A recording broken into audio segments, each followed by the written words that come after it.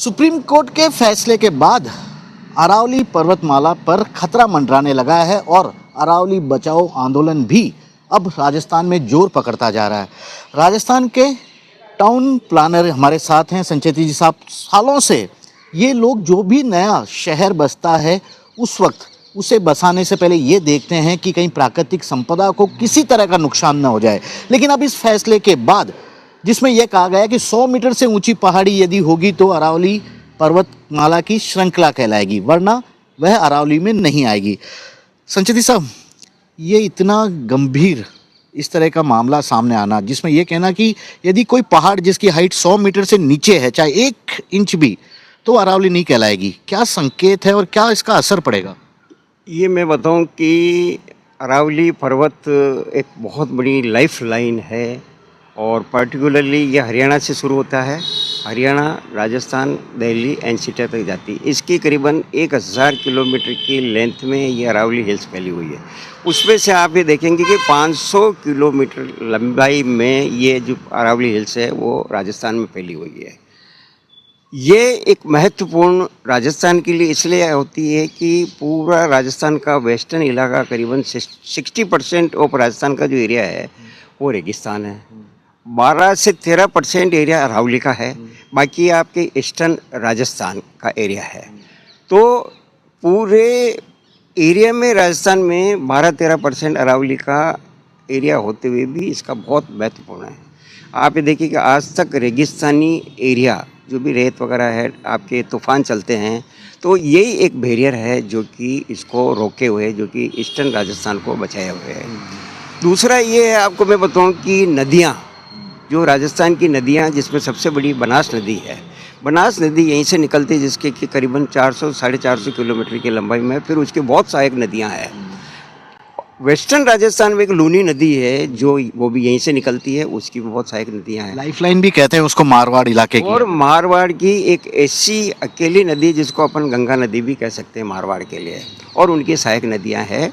तो आप ये देखें कि इसका महत्व ड्रेनेज पॉइंट ऑफ व्यू से हो गया, रेगिस्तान नहीं बढ़े इसके पॉइंट ऑफ व्यू से हो गया, एनवायरनमेंट पॉइंट ऑफ व्यू से आपका जो है बहुत बड़ा एरिया ऐसा जिसमें कि वाइल्ड लाइफ जो है, अपने सेंचुरीज है, कुंभलगढ़ की है, आपकी है सिरस का है, आपका माउंट आबू जो राजस्थान के लिए एक लाइफ लाइन है, that is the only hill station in India, वो भी अपने राजस्थान में इसी अरावली हिल्स पे है। और वहाँ की जो गुरु शिखर चोटी है 1700 मीटर से भी ऊपर उसकी जो हाइट है, हाईएस्ट चोटी है गुरु शिखर की है। तो वो अपने आप में आपको देखो टूरिस्ट पॉइंट ऑफ व्यू से भी बहुत बड़ा है। हमने राजस्थान के जो भी मास्टर प्लान्स बनाए हैं, जितने भी मास्टर प्लान बनाए, 200 के करीबन मास्टर प्लान्स बनाए, उनमें हम पहला ये ध्यान रखते हैं कि पर्यावरण की दृष्टि से, कंजर्वेशन की दृष्टि से जितने भी हिली एरिया है उनको प्रोटेक्ट किया जाए। और उसमें मास्टर प्लान में हम या तो उनको प्लांटेशन रखते हैं या उसको जो है नो कंस्ट्रक्शन जोन के रूप में उसको विकसित करते हैं। तो ये एक बहुत बड़ा जो है आपका लैंड यूज का जो है वो प्लानिंग का बहुत बड़ा कॉन्सेप्ट है, क्योंकि नदियाँ भी पहाड़ों से ही निकलती है। नदियाँ जहाँ से निकलेगी तो पानी को रिचार्ज करती है, वाटर सोर्सेज आपके पैदा होते हैं, आपकी झीलें बनती है, नदियाँ निकल के वहाँ से झीलें बनती है। तो ऐसी स्थिति में आप ये देखें कि ये इतनी बड़ी लाइफ लाइन है। आप देखो कि कुंभलगढ़ का किला अपने आप में वर्ल्ड का जो है वो फेमस किला है। संजय साहब, मैं आपसे यही जानना चाहता हूँ, राजस्थान में जितने भी किले हैं सब अरावली पर्वत में आसपास ही बसे हुए हैं, उसके नीचे सभ्यता भी बसी हुई है। अब खतरा जो, क्योंकि ये फॉरेस्ट डिपार्टमेंट ये कह रहा है कि हमारे पास तो केवल 9% जो अरावली का हिस्सा है उसमें हम लोगों के जितने भी अभ्यारण्य वगैरह बने हुए हैं, तो बाकी का तो सरकार को देखना है। ऐसा नहीं है, फॉरेस्ट एरिया है या अभ्यारण्य है वो तो प्रोटेक्टेड एरिया है ही, परंतु बाकी भी जो पहाड़ियाँ हैं जो भी है उनकी अपने आप में बहुत बड़ी इम्पोर्टेंस है। चाहे वो प्राइवेट हो, चाहे गवर्नमेंट की हो, चाहे किसी भी उसमें हो, तो ओनरशिप इज़ नॉट इम्पोर्टेंट ये है कि अरावली हिल्स का महत्व कितना है और कितनी इम्पोर्टेंस है। ऐसी स्थिति में देखते हुए आपकी प्राइवेट पहाड़ियाँ अगर आपकी को कर देते हैं 100 मीटर से नीचे वाली पहाड़ियों को, तो मेरे को ज़्यादा चांस लगता है कि माइनिंग एरिया से भी ज़्यादा बिगाड़ हो सकता है अर्बनाइजेशन का। कि यहाँ पे जैसे जो ज़्यादा मेरे को जो लगता है हरियाणा का, जो कि गवर्नमेंट के गई है, गवर्नमेंट के खिलाफ जो भी फैसला हुआ है या उनके फेवर में जो भी फैसला हुआ है कि इसको 100 मीटर से ऊपर की पहाड़ियों को कंपोजिट रूप में अरावली हिल्स माना जाएगा, और 500 मीटर दोनों ही तरफ है वो भी एक बफर के रूप में जो है वो रहेगा। परंतु आप ये देखें कि हरियाणा में जो लैंड प्रेशर्स है गुड़गांव वगैरह में, इसमें उनके लिए भी पर्यावरण की दृष्टि से वो कम नहीं है, दिल्ली के लिए और हरियाणा के लिए, गुड़गांव के लिए। परंतु अगर अर्बेनाइजेशन अगर इसमें फैलता है, इन पहाड़ियों पे काट के होटलें बनती है, रिसोर्ट्स बनते हैं, आपकी कॉलोनी जाती है, तो वो एक अनदर आपका डिस्ट्रॉय पॉइंट आपका हो सकता है। माइनिंग के लिए करें, माइनिंग से मैं बताऊं कि काफ़ी सालों से माइनिंग चल रही है, काफ़ी को बंद करवा दी क्योंकि उन्होंने उनके नॉर्म्स वगैरह एनवायरनमेंट डिपार्टमेंट के कोई फॉलो नहीं किए, फॉरेस्ट डिपार्टमेंट के। तो ऐसी स्थिति में राजस्थान की बहुत माइंस जो है वो बंद है। परंतु जैसे मार्बल है, ये है, और आपके दूसरे भी जो माइनिंग एरिया, वो नो डाउट आपके लिए इम्पोर्टेंट है। परंतु आप मिनरल्स को बाहर से ला सकते हो, पत्थरों को बाहर से ला सकते हो, और भी कोई एक्टिविटीज़ को बाहर सकते हो।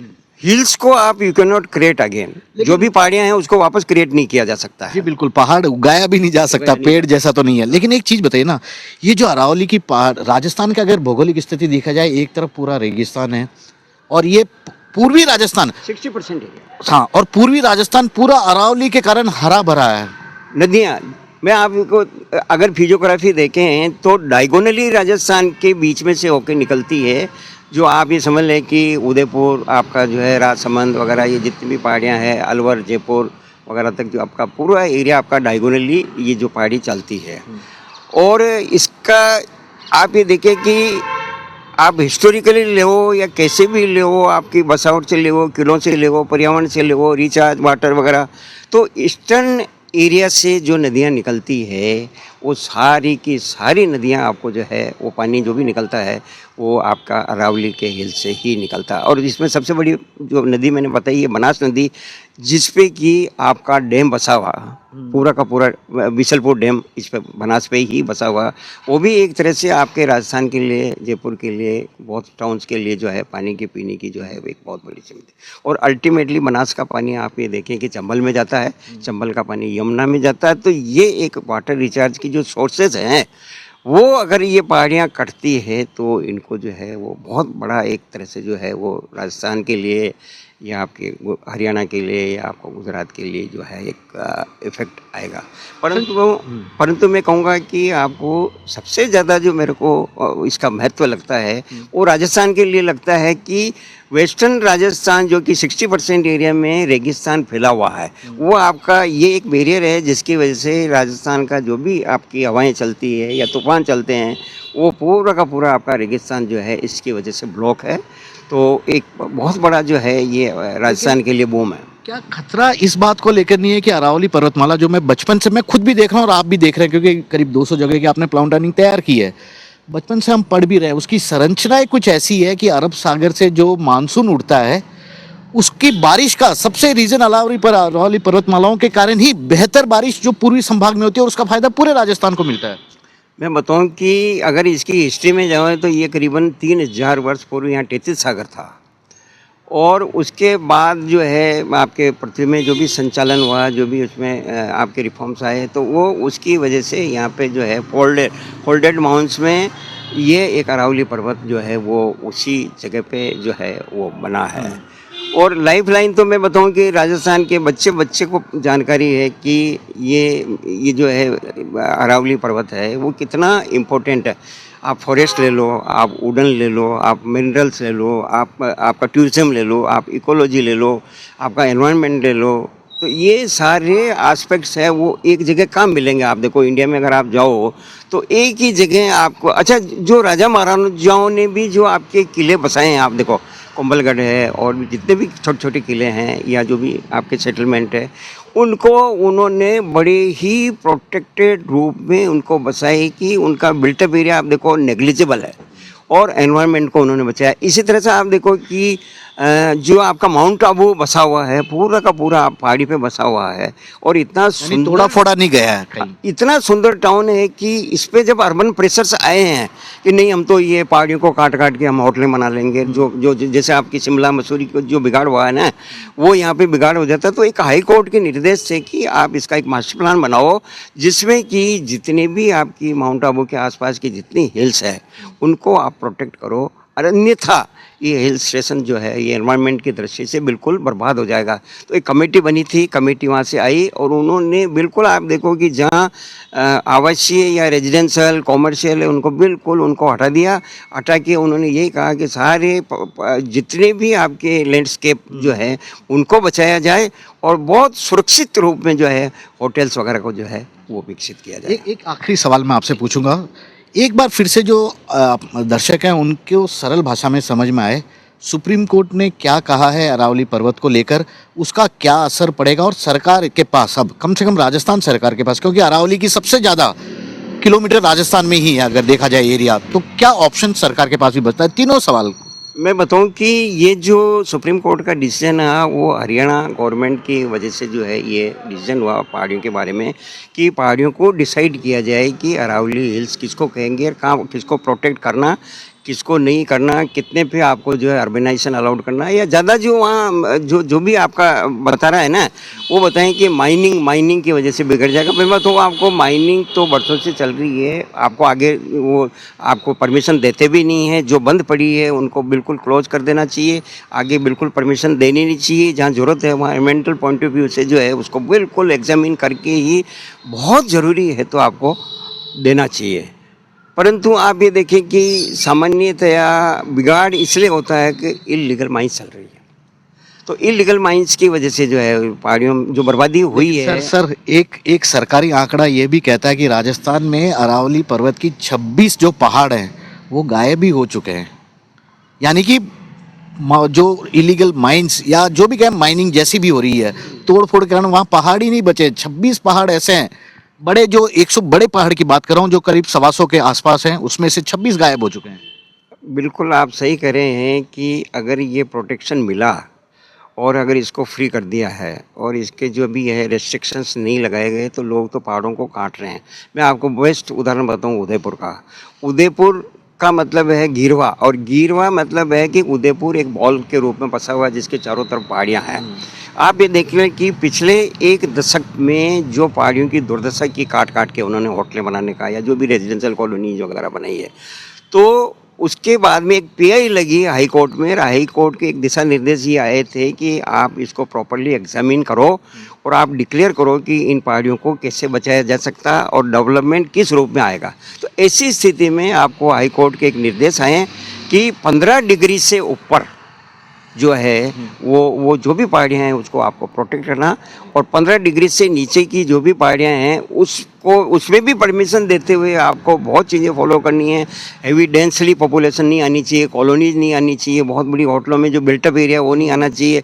80 से 90% जो भी आपका जो है प्लांटेशन आप उस होटल में या रिसोर्ट में वो आपको लगाना पड़ेगा। तो एक बहुत बड़ा रेस्ट्रिक्शन आप देखो कि उदयपुर में आया because of intervention of the high court. Otherwise आप देखें कि पब्लिक को तो ये इंटरेस्ट है कि माइनिंग से क्या बिगाड़ होगा, जितना बिगाड़ आपका अर्बनाइजेशन से होगा ना, जो छोटी छोटी पहाड़ियाँ हैं उसमें आप देखो कि होटलें हैं, कॉलोनीज हैं, बसा देंगे। आजकल तो वो चलता है ना कि भाई पहाड़ियों को भी काट के जो है कॉलोनी। तो आज आप देखो कि हरियाणा में आप एक 100 गज की ज़मीन भी आपको 5 करोड़ 10 करोड़ की होती है। तो ऐसी स्थिति में आपको माइनिंग के बजाय मैं आपको कहूँगा कि अर्बनाइजेशन जो है अगर हुआ इन पहाड़ियों पे या इस एरिया में या इस जोन में, तो वो ज़्यादा आपको दुखदायी ये जो है वो प्रॉब्लमेटिक। विकल्प ही बता दीजिए, क्योंकि आखिरी सवाल है, विकल्प सरकार के पास क्या विकल्प बचता है? क्योंकि हमारी सबसे बड़ी प्राकृतिक जो संपदा अरावली, उस पर तो खतरा मंडरा रहा है, सब जान रहे हैं और आप भी ये बात मानते हैं।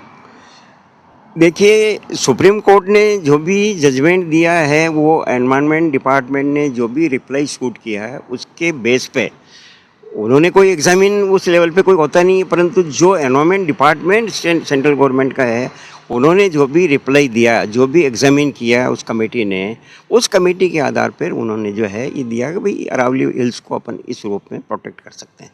तो 100 मीटर से ऊपर प्लस आप ये देखिए कि जो उनसे लगती हुई 500 मीटर के में इवन छोटी छोटी पहाड़ियाँ भी हैं और 500 मीटर के दायरे में हैं, उनको भी प्रोटेक्ट करना। परंतु जहाँ तक राजस्थान का सवाल है, मैं आपको ये कहूँगा कि कंपोजिट रूप में जो भी पहाड़ियाँ हैं अरावली के, उसमें आती है हजारों सालों से जो भी पहाड़ियाँ बस गई है या है, जो भी पहाड़ियाँ हैं उनको अपने को बिल्कुल प्रोटेक्ट करना चाहिए। और जहाँ ज़रूरी है, जहाँ कंस्ट्रक्शन ज़रूरी है या बहुत ही माइंस ऐसी है जो कि आपकी अरावली हिल्स को डैमेज नहीं करते, उनमें आप जो है अलाउ कर सकते हैं। और वहाँ भी अगर चल रही है और वो अगर डैमेज कर रही है अरावली हिल्स को, तो उनको भी राज्य सरकार को चाहिए कि स्टॉप करें। दूसरा ये कि अपने यहाँ का जो भी फॉरेस्ट डिपार्टमेंट है, एनवायरनमेंट डिपार्टमेंट है, उसको इस 500 किलोमीटर के एरिया को डिफाइन करना चाहिए कि इनको तो हम जो भी है ना वो बिल्कुल हम कंजर्व करेंगे, प्रिजर्व करेंगे, क्योंकि रेगिस्तान को बचाने वाली भी यही पहाड़ियाँ हैं, पानी पैदा करने वाली भी यही पहाड़ियाँ हैं, एनवायरनमेंट वाली भी यही पहाड़ियाँ हैं। और आपके देखो जैसे सिरस्का है, कुंभलगढ़ की सेंचुरीज है, वो भी यही है। काफ़ी मंदिर है। अब आप देखो कि देलवाड़ा में, माउंट आबू में जो आप है, विश्व प्रसिद्ध मंदिर देलवाड़ा का मंदिर है, वो इतना इम्पोर्टेंट है कि वर्ल्ड में आप ये देखो कि ताजमहल भी उस मंदिर के जो है वो कहीं नहीं हटता। तो ऐसी स्थिति में इतनी चीज़ें हैं, पर आप ये देखें कि हजार सैकड़ों सालों में इस एरिया में जो डेवलप किया, राजा महाराजाओं ने किया या किसी ने भी डेवलप किया, उन्होंने बहुत ही प्रोटेक्टिव वे में जो है वो काम किया कि मंदिर बनाना है तो मंदिर भी आपको बहुत ज़्यादा जो है हेवी बिल्टअप नहीं बनाना है, उसको बहुत तरीके से बनाना। इसी तरह से आप ये देखो कि अंग्रेज़ों ने जो है इसको प्लेस को बनाया, माउंट आबू को, उन्होंने भी बहुत दूरदृष्टि से आप इसको जो है पूरे माउंट आबू को बचाया है। और अभी राज्य सरकार ने या हाई कोर्ट ने जो भी है निर्देश दिए, उसमें भी आपके देखो कि माउंट आबू बचा हुआ है। तो ऐसी स्थिति में कंपोजिट स्कीम बने और हाई कोर्ट, सुप्रीम कोर्ट, जो भी लोकल निर्देश है और जो भी अपने डिपार्टमेंट है, जो कंसर्न डिपार्टमेंट है, फॉरेस्ट वाले हैं, एनवायरनमेंट है, अर्बन डेवलपमेंट अथॉरिटीज़ है, अर्बन डेवलपमेंट डिपार्टमेंट है, इन सबको एक जॉइंटली बहुत एक्सपेंसिव, मतलब बहुत इंटेंसिव वे में इस एरिया की स्टडी करनी चाहिए। जल्दबाजी करनी भी नहीं चाहिए। और सुप्रीम कोर्ट के एकदम इस डिसीजन से कोई बुरा होने वाला नहीं है, परंतु ये है कि वॉच रखने वाली बात है कि इसकी कॉम्प्रिहेंसिव स्कीम बना के उस आधार पे और अपने को डेवलपमेंट या जो भी एक्टिविटीज़ है वो अलाउ करनी चाहिए। अन्यथा संभावना है, जो लोगों की नीयत है कि अर्बन एक्सपेंशन से पहाड़ियों को काट काट के कॉलोनियाँ बसा देंगे, होटलें बसा देंगे, रिसोर्ट्स बसा देंगे, या जो भी है माइनिंग का भी जो छोटा मोटा प्रभाव है वो करेंगे, तो वो थोड़ा सा बहुत ही प्रोटेक्टिव वे में, मैं ये नहीं कहता हूँ कि 100% आप एच को लोगे, पर उसको भी प्रोटेक्टिव वे में डेवलप किया जा सकता है, जैसे कि पुराने ज़माने में राजा महाराजाओं ने या जो भी इसको बचाया है, वैसे ही बचा सकते हैं सारे मिलके। एच.एस. संचेती साहब है, टाउन प्लानर भी है, पर्यावरण के बारे में बेहतर तरीके से जानते हैं क्योंकि 200 से ज़्यादा शहरों का इन्होंने प्लानिंग की है। तो ऐसे में खुद जानते हैं कि अर्बनाइजेशन होना चाहिए, लेकिन इसकी आड़ में हमारी अरावली पर्वतमाला की श्रृंखला के साथ छेड़छाड़ नहीं होनी चाहिए। थोड़ी जागरूकता जरूरी है, सरकार को भी इस दिशा में खास तौर पर पहल करनी चाहिए। ये भी इन्होंने साफ तौर पर बताया कि अरावली पर्वतमालाएं कितनी लाभकारी है राजस्थान के लिए, राजस्थान को पूरा रेगिस्तान होने से बचाने के लिए, यहाँ पर मानसून लाने के लिए, चाहे जानवरों की सुरक्षा, खेती, या जो कोटा जैसे संभाग हैं चंबल नदी के किनारे बसे हुए, वहाँ की सभ्यता, वहाँ के लोगों के विकास, पशुपालन के विकास के लिए। तो राजस्थान में अब सेव अरावली कैंपेन भी शुरू हो चुका है।